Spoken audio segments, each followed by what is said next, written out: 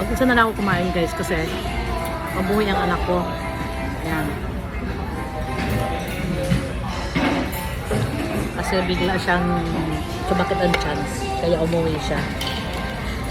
Sabi ko, hintayin ko na lang siya dito.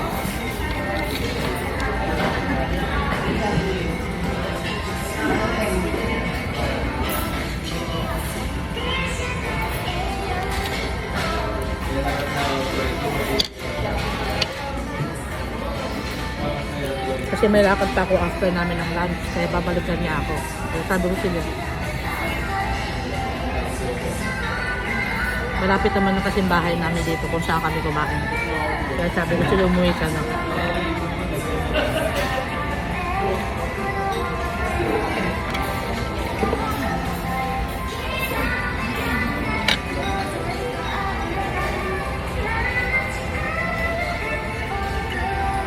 Pero patapos na rin ako guys. Lalabas na ako.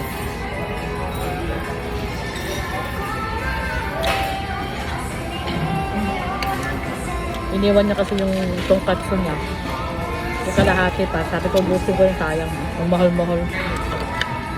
Pero dapat ubusin.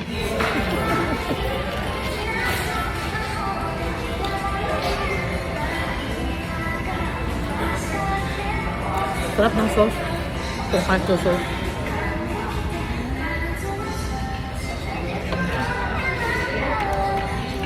Malalasahan ko yung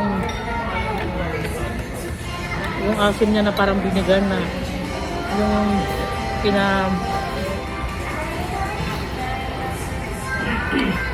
yung pina-cured na matagal yung sa akin pa yung tuba. Sarap. So last bite. Bye.